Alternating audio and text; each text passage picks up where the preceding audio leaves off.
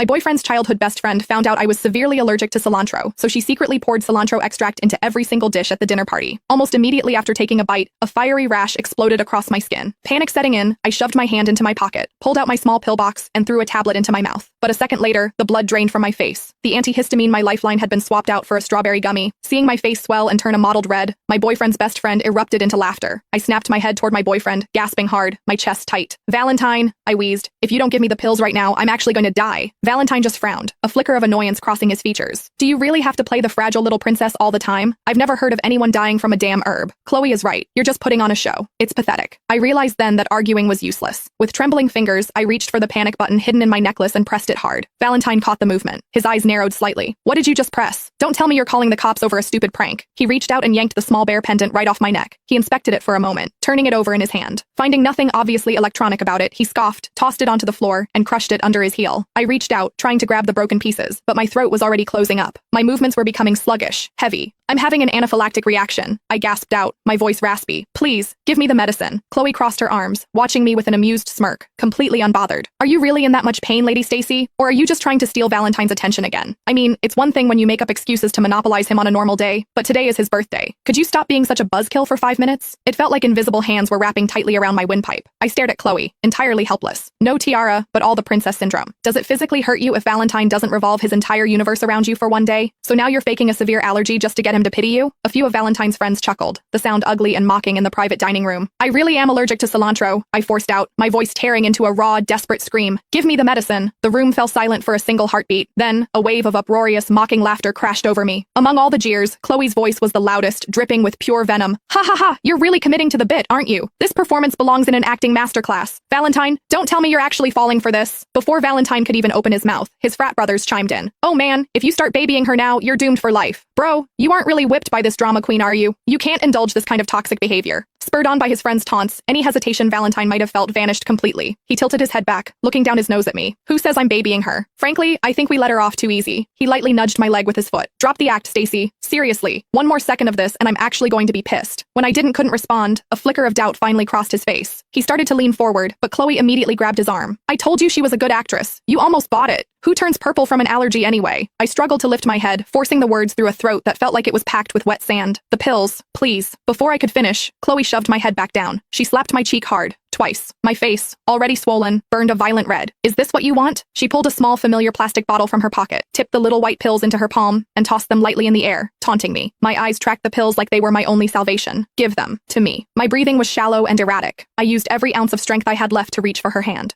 But just as my fingers grazed the plastic,